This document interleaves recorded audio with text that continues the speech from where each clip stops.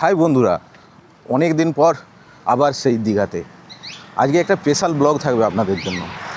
আজকের ব্লগটাতে দীঘা জগন্নাথ মন্দির নিয়ে থাকবে। তো দীঘা জগন্নাথ মন্দির আমি আজ থেকে 1 বছর আগে এসেছিলাম উদ্বোধনের 1-2 মাস পর, কিন্তু আবার খুব আসতে ইচ্ছে হলো। তো আজকের ডেট 1 আগস্ট 2026। তো 1 আগস্টে এসেছি দীঘা জগন্নাথ মন্দির। তো এই হচ্ছে সেই দীঘা জগন্নাথ মন্দিরের দেখুন সাইড হয়ে আমরা এখন হেঁটে হেঁটে যাচ্ছি। আমি এসেছি আর আমার সাথে এসেছে এই যে জাম্বুবান রাহুল। এই সোজা সোজা এখন হেঁটে হেঁটে আমরা যাচ্ছি। তো একটা বিশেষ এই সব রাস্তাগুলো দেখে ভালো লাগছে যে এই রাস্তাগুলো খুবই পরিষ্কার। যখন তৈরি হচ্ছিল তখন কিন্তু এগুলো পুরোপুরি মাটি ছিল, তো এখন সেগুলোকে রেডি করে দিয়েছে। মন্দির ঢোকার আগে এই ধরনের আপনারা সারি সারি দোকান দেখবেন, যেখানে পুজো দেওয়ার জন্য বা ঠাকুরের মূর্তি থেকে ফটো থেকে সব কিছু পাওয়া যায়।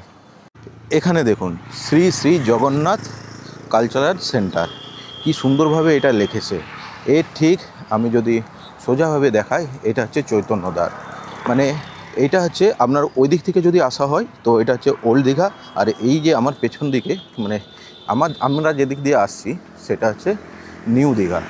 তো আপনারা যদি ওই দিক দিয়ে আসেন তো চৈতন্যদ্বারটা ওই দিকে পড়বে, আর নিউ দীঘা থেকে আসলে এদিকে পড়বে। মানে দুটোর মিডিলে এই চৈতন্যদ্বার গেটটা করা হয়েছে। দীঘা জগন্নাথ মন্দিরে প্রবেশ করার জন্য দুটি গেট ব্যবহার করা হয়, একটা হচ্ছে 2 নম্বর আর একটা হচ্ছে 6 নম্বর। তো আমি আগের বারে যখন এসেছিলাম, যে আমার পেছন থেকে দেখতে পাচ্ছেন যে এটা হচ্ছে 2 নম্বর গেট, এই দিক দিয়ে প্রবেশ করেছিলাম, কিন্তু এবারে প্রবেশ করব 6 নম্বর গেট দিয়ে। দেখুন এই গেট, এই হচ্ছে সেই গেট। ব্যাপক কিন্তু ডিজাইন করা আছে, বিশালভাবে তৈরি করেছে এই মন্দিরটাকে। কিন্তু এদিকে আমি এখন ঢুকবো না, যেহেতু বললাম, তাই আমি এই সোজা হয়ে লেফট সাইডে নেব। এটা এখন আমি বারবার কেন দীঘা জগন্নাথ মন্দির বলছি, কারণ এই মন্দিরটার আগে নাম দিয়েছিল দীঘা জগন্নাথ ধাম। কিন্তু জগন্নাথ ধাম বলে একটাই আছে অরিজিনাল, সেটা হচ্ছে পুরীতে, আর এটা নাম হচ্ছে দীঘা জগন্নাথ মন্দির। এই 2026 সালে জুন মাসে এই ধামের নাম পরিবর্তন করে রাখা হয় দীঘা জগন্নাথ মন্দির। এই চৈতন্য দ্বারে ঠিক পাশেই আপনারা ওখান থেকে যদি নিউ দীঘা থেকে আসেন বাম দিকে, আর যদি ওল্ড দীঘা থেকে আসেন ডান দিকে পড়বে। এদিকে হচ্ছে 6 নম্বর গেট পড়বে। আর সেই 6 নম্বর গেটের দিকে যখন যাবেন তার ঠিক পাশেই দেখতে পারবেন তো এই ধরনের গাড়ি পার্কিংয়ের ব্যবস্থা করা হয়েছে। দেখুন ওইদিকে গাড়ি পার্কিং আছে, বাম দিকেও গাড়ি পার্কিং আছে, দু সাইডে গাড়ি পার্কিং করতে পারবেন। 6 নম্বর গেট দিয়ে যখন যাবেন এখানে দেখবেন জুতো রাখার জায়গা একটা আছে বাম দিকে, যদি এইভাবে সোজাসুজি দাঁড়ায়, আর ডান দিকে আছে আপনার ব্যাগ রাখার জায়গা। তো আপনারা এখানে কিন্তু জুতো নিয়ে প্রবেশ করতে পারবেন না। আগে যখন প্রথম শুরু হয়েছিল, যখন আমি প্রথমবার এসেছিলাম, তখন কিন্তু জুতো রাখার জায়গা এগুলো সব কিছুই রেডি হয়নি, কিন্তু এখন সব কিছুই রেডি। যখন আপনারা 2 নম্বর গেটে যাবেন সেইখানে পাশেও কিন্তু এই জুতো রাখার জায়গা, ব্যাগ রাখার জায়গা পাবেন। আর যখন 6 নম্বর গেট দিয়ে আপনারা প্রবেশ করবেন তখনও কিন্তু এই ধরনের জুতো রাখার জায়গা আর ব্যাগ রাখার জায়গা পাবেন। এইখানে দেখতে পাচ্ছেন খুব মন্দিরের মতোভাবে এখানে ডালা বা আর্কেড তৈরি করেছে। মানে এখানে দোকানগুলো এখন বন্ধ আছে, এখান থেকে আপনারা পুজোর ডালা থেকে শুরু করে প্রসাদ সব কিছু পেয়ে যাবেন। এবং কাউন্টার নাম্বার করা আছে, এদিকে যেমন 26, 27, 28 এইভাবে কাউন্টার নাম্বার করা আছে। তার পাশে এটা হচ্ছে ওয়েস্ট বেঙ্গল যে গভর্নমেন্ট থেকে বাংলার শাড়ি বলে একটা এখানে দোকানের মতো করে দিয়েছে। ধ্বজা দোকান, পুজোর ডালার দোকান, এখান থেকে আপনারা প্রসাদ পুজোর জন্য নিয়ে যেতে পারেন।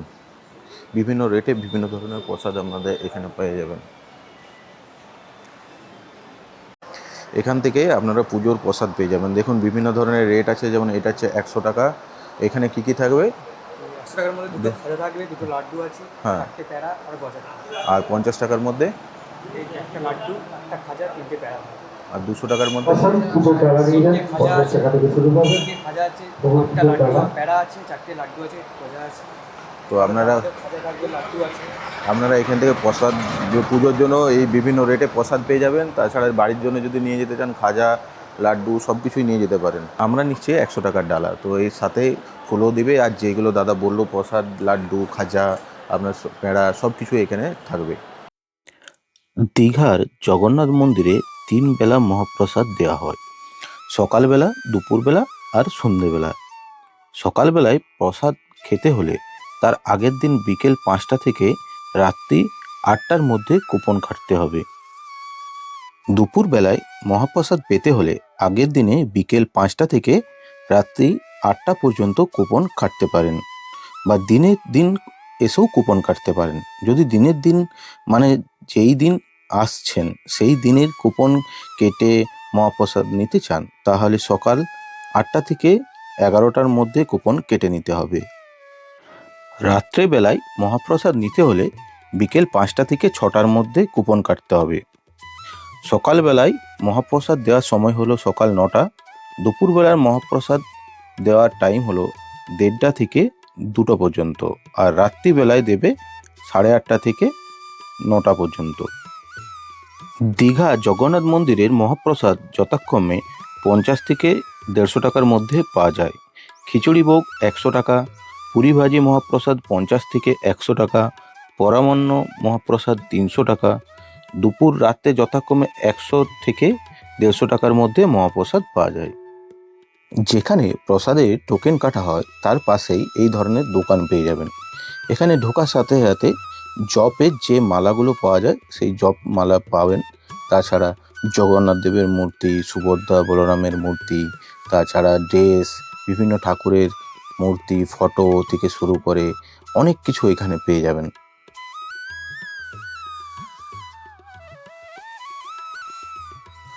আর একটা কথা বলতেই ভুলে গেছিলাম, বাড়ি বা হোটেলে মহাপ্রসাদের ডেলিভারি দেওয়া হয়।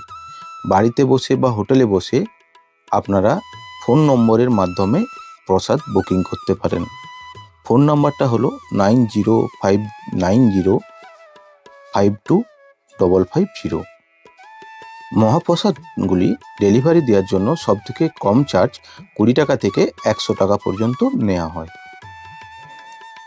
দীঘাতে যে জগন্নাথ মন্দির করা হয়েছে তার প্রথম যে মন্দিরটি আছে তার নাম গোপুরাম 1, আর দ্বিতীয় মন্দিরটি যে আছে তার নাম দেওয়া হয়েছে গোপুরাম 2।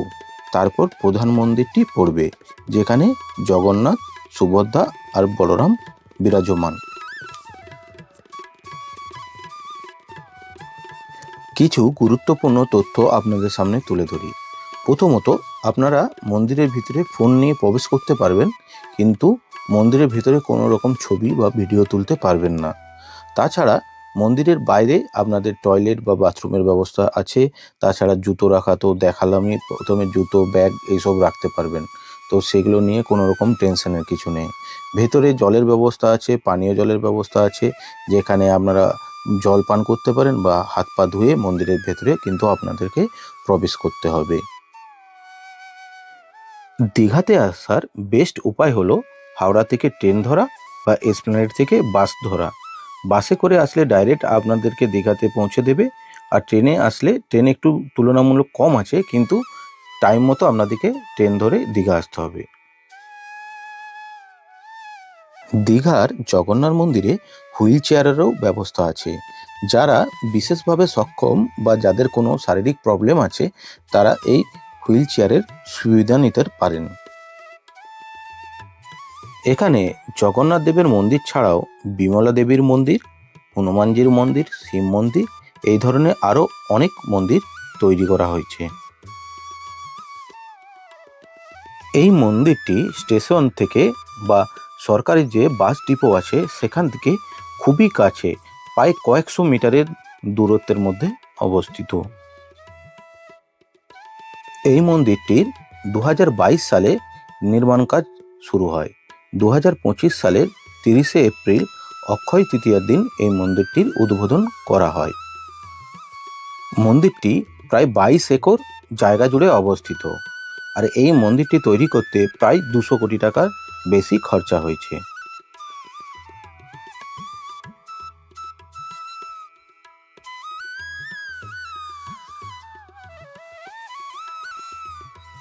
এই মন্দিরটির উচ্চতা হল 65 মিটার, যা ফুটে হয় 213 ফুট। এইখানে জগন্নাথ দেবের মহাপ্রসাদ রান্না করা হয়। এখান থেকে রান্না করে তারপরে চারিদিকে ডিস্ট্রিবিউট করা হয়। নাট মন্দিরের পেছনের দিকে এইখান থেকে আপনারা সবাই প্রসাদ নিতে পারবেন। এর জন্য কোনো রকম মূল্য কিন্তু এখানে নেওয়া হয় না। এই মন্দিরটি রাজস্থানের বিখ্যাত বংশী পাহাড়পুরের গোলাপি বেলে পাথর দিয়ে তৈরি করা হয়েছে। আর মন্দিরের ভিতরে যে মার্বেলটি ব্যবহার করা হয়েছে সেটা হচ্ছে ভিয়েতনাম মার্বেল।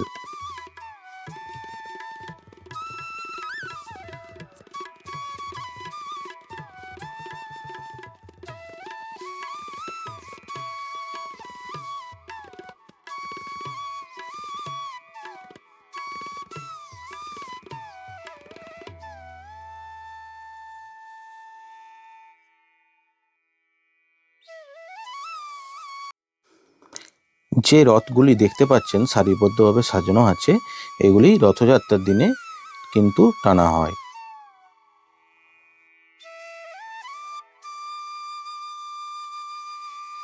এই যে আটচালা বা মন্দিরটি দেখতে পাচ্ছেন, এখানে নিয়ম মাফিক সকালবেলা আর বিকেলবেলা নাম কীর্তন হয়।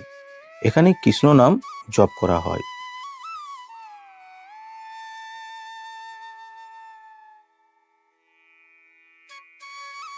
এই আটচালার নিচে 108টা দাগ দিয়ে ঘর করা আছে, যেখানে 108 বার কৃষ্ণ নাম জপ করতে হয়।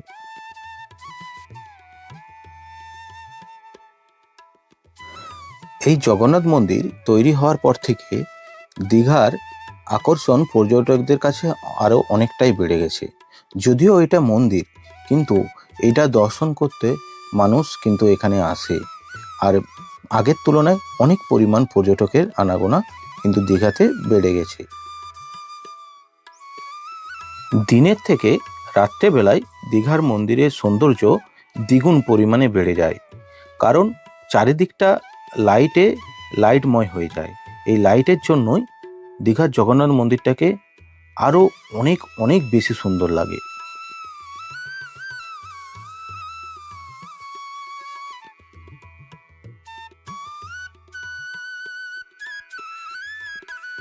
জগন্নাথ মন্দির দর্শন করে খুবই ভালো লাগলো, কারণ এতটাই সাজানো হয়েছে পুরো ভেতরটাকে যে সেটা আপনার ভাবনা চিন্তার বাইরে।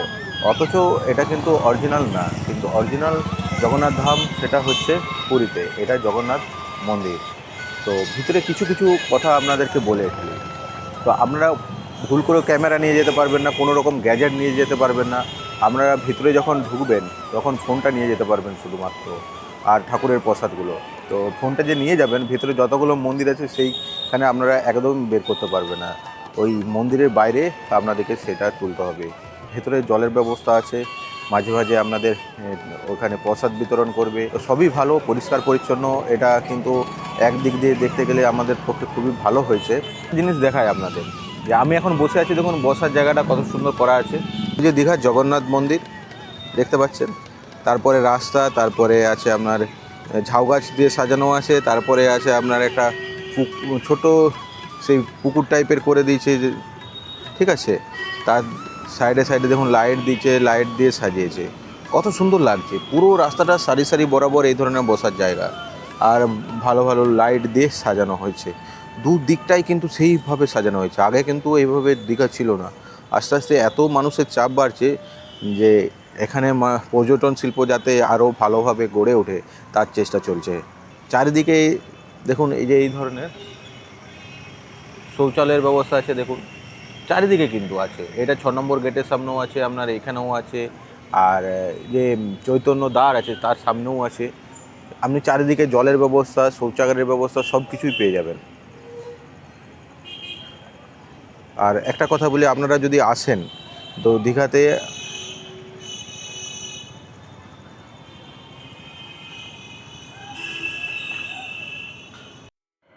দীঘা জগন্নাথ মন্দির দর্শন করা এখন আমাদের কমপ্লিট।